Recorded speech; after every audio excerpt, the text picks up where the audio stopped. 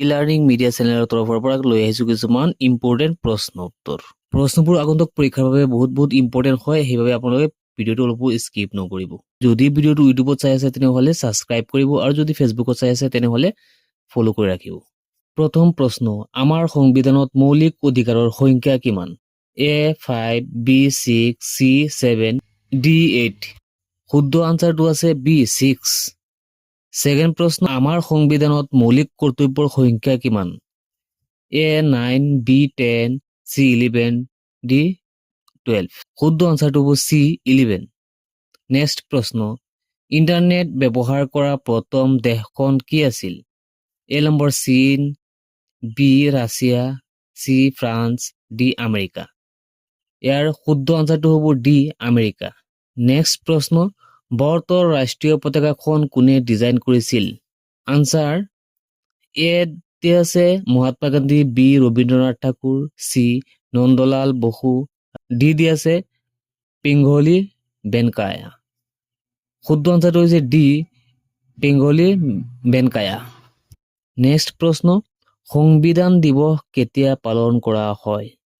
এ আছে 25 জানুৱাৰী, বি আছে 26 নৱেম্বৰ, চি আছে 17 জানুৱাৰী, ডি আছে 1 মে। ইয়াৰ শুদ্ধ আনচাৰটো হ'ব বি 26 নৱেম্বৰ।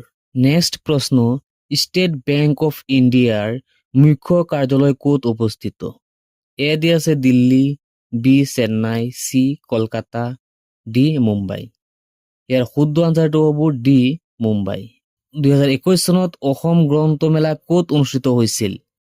এ Nagaon, B Jorhat, C Tezpur, D আছে গুৱাহাটী।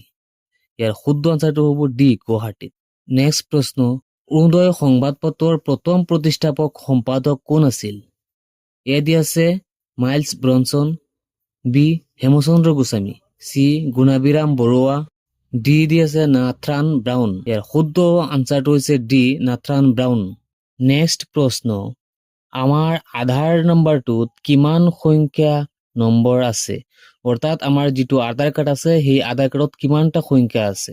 এ আছে 10, বি আছে 11, চি আছে 12 আৰু ডি আছে 14টা। ইয়াৰ শুদ্ধ আনচাৰটো আপোনালোকে কমেণ্টৰ জৰিয়তে দি দিব। এই প্ৰশ্নটো আপোনালোকৰ বাবে ৰাখি থোৱা হৈছে। আপোনালোকে ইয়াৰ শুদ্ধ আনচাৰটো কমেণ্টত জনাই দিব। লগ হ'ব নেক্সট ভিডিঅ'ত।